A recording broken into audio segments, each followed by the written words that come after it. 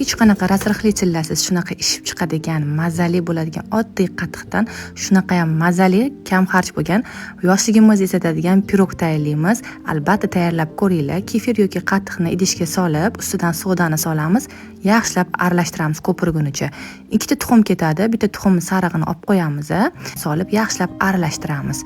Shakarni solamiz. Hech qanaqa mikser ham kerak emas, qizlar. Venchik ko'zda aralashtiramiz va sariyog' yoki margarinni qo'shib eritib, unni elaymiz va massamizni quyuq holatga kelguncha aralashtirib olamiz. Mana shunaqangi holatda bo'ladi massamiz va qolipimizni sariyog'lab yoki yog'lab olamiz. Massamizni idishga, qolipga solib tekislab olamiz. Ustidan tuxumni sarig'ini boyab qo'yganimizni surtib chiqamiz va xohishga ko'ra yong'oq yoki magizni sepib chiqamiz.